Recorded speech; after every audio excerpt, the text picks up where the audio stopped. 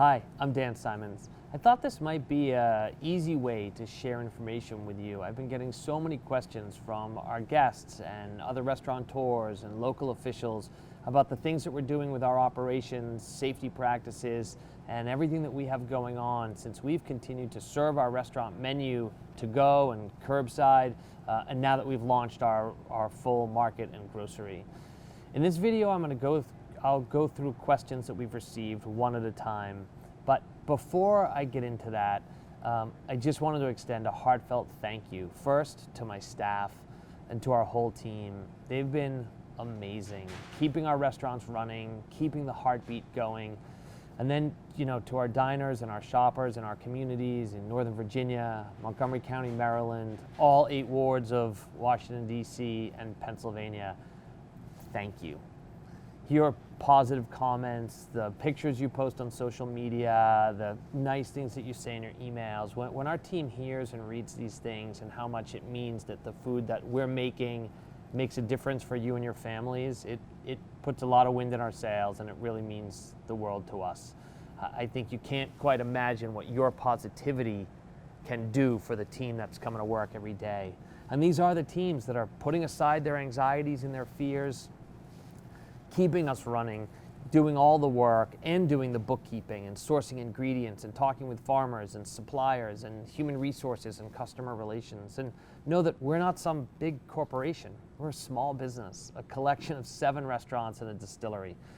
We're continually inspired to serve you and to serve our farmer owners and partners. We run this business a lot like a family, and that's why we call our team the Farmily. Okay, now I'll answer your questions.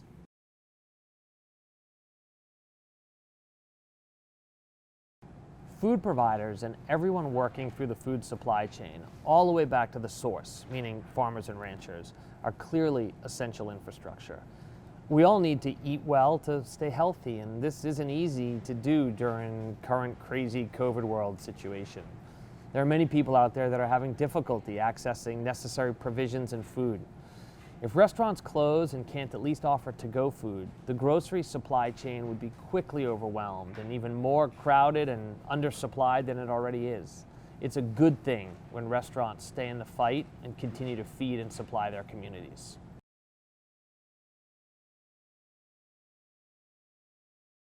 Sheltering in place and hunkering down is clearly best and safest, but restaurant and food service workers and all of those who supply them don't really have that option.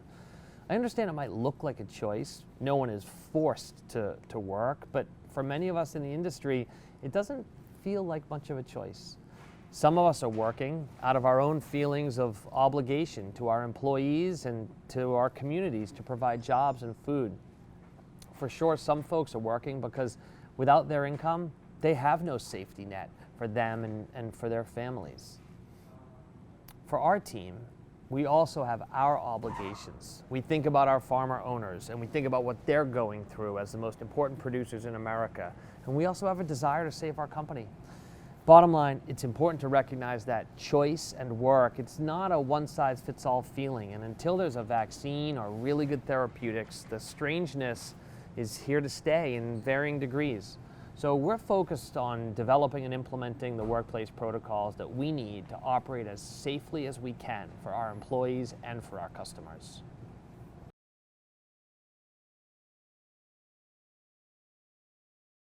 For our staff, we have good systems in place. Everyone is arriving to work and then they're immediately given a mask or they come with their own face covering.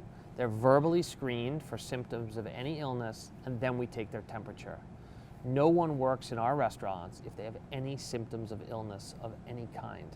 I emphasize every day with our team that you're covered with paid sick leave. So if you stay at home with symptoms, you get paid. We also require all of our employees to sign our newly developed internal health and safety protocol, and this document outlines everything from social distancing regulations to health and wellness requirements, and it makes our expectations clear with our commitment to how vigilant we need everybody to be. But I want to be direct with you. We won't be perfect with this, and no restaurant will be.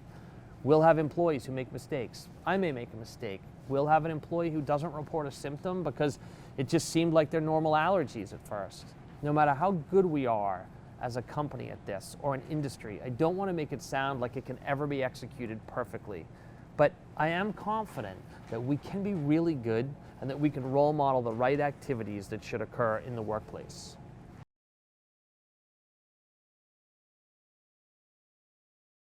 With our staff and our customers, it has always been when, not if, we would be dealing with positive COVID tests. I want to be crystal clear on this. As I've written and shared over the past few weeks, yes, we have had a few employees test positive. And of course, they're not allowed in our facilities. They remain at home in quarantine until they're symptom-free, and we're following the CDC recommended timelines with regard to their recovery and return to work. So far, the few team members who have tested positive are okay, and they're either recovering or they're fully recovered. We stay in touch with all our employees throughout any illness, and we've also communicated with OSHA and the local health departments. I believe every business should be transparent about their COVID-19 exposure, and there shouldn't be any stigma about positive tests.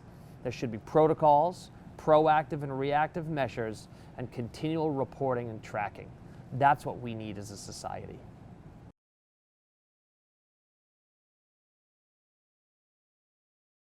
Creating safe work environments is a challenge, but it's doable. Let me talk through some of the things that we're doing to give you an idea. First, food safety systems are as vital as they were pre-COVID, so that remains paramount. Screening and testing and quarantining are all important pieces of the puzzle, so we have to keep doing that. PPE is now an acronym that everybody knows, and I'm pleased with my team's consistent use of masks, and some folks are using shields as well. We've made it clear that if you can't or won't follow the PPE protocols, you can't work with us. We're using a smartphone app for our tracking of symptoms, and we're fogging our restaurants with a coronavirus-killing agent that's safe for people in food environments. We're in the process of putting up plexiglass barriers where it makes sense, and we'll continue to think through and implement these different ideas. This list, it goes on, and I want to acknowledge that talking about workplace safety is easy, but it's hard to do in practice. We have to be vigilant. We have to be realistic. Our kitchens aren't designed or built to keep employees 6 feet apart, and I don't want to tell you that we can do something we can't. It's not reasonable to always keep our employees 6 feet from each other. But what we can do is follow the protocols that we do have and tell you that anywhere we can, we maintain distance. But this is why PPE and all the other protocols are so important. The 6-foot rule is impossible to comply with 100% of the time in the workplace, but we can still be very safe. I promise you this. Every day we're figuring things out and implementing new ways of operating.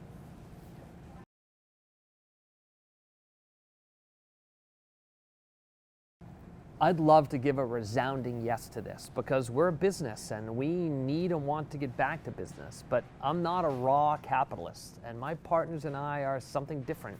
We're conscious capitalists. So for us, there's far more to this answer than just a pure business or economic perspective. The health and safety of our staff and our guests and our community are what we're considering when it comes to reopening. So with that in mind, we're working on it right now. We're testing new processes and systems. I am eager to get all of our guests who want to be back in person and reconnecting and socializing and making new memories. I want to get you back in the restaurants. I just need to figure out how we do that while ensuring safety, hospitality, and a good experience for everybody involved. I'm hoping that the government will provide clear direction on several procedural topics. I mean, think about it. Am I screening all of you when you come in the restaurant? Am I taking your temperature? Am I asking you if you've had a cough or diarrhea? It seems a little awkward, and I know you can't put food or drink in your mouth with a mask on, but I do hope and trust that our guests will participate in safe dining, knowing that each individual's decision affects the people around them. I'm sure I'll have to deal with some customers who think that all of these precautions are an infringement on their liberties. But if a customer doesn't want to dine safely, they'll just have to find somewhere else to eat. When it comes to reopening, for the moment, there's more questions than answers. But know that we will reopen. We will do it as safely as possible. And we will be a place for you to come and enjoy and connect with friends and family.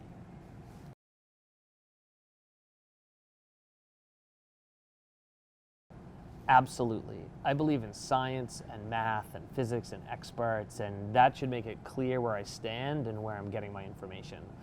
We believe in and support the recommendations from the CDC. Social distancing, quarantines, shutting down non-essentials for sensible time periods. I'm good with all of that, and I believe in it. We also agree that it's critical for some of us to keep working so that vital elements of society flow and support the folks who choose to stay at home or who have to stay at home. I believe that workers in essential roles need protection and support.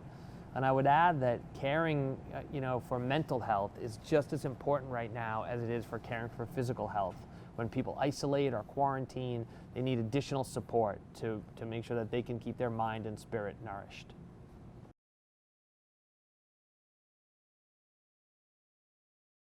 I hope that you will be diligent and careful out there, because even if you aren't concerned about yourself, please realize you have a direct impact on my team. The best thing that you can do to keep us safe and you safe is follow our contact-free curbside pickup and delivery protocols. If you're picking up your food on bike or foot, don't try to come in the restaurants. Maintain a 6-foot distance from our front door. And anybody else who might be waiting for their food, text us or call us. I think everybody knows these rules and understands them. We're just asking that folks are sensible and follow them. And when we do reopen our dining rooms, follow the guidelines that we have then. Arrive on time for your reservations. Help us avoid any sort of crowding. I know we won't be perfect, but together we'll make it work.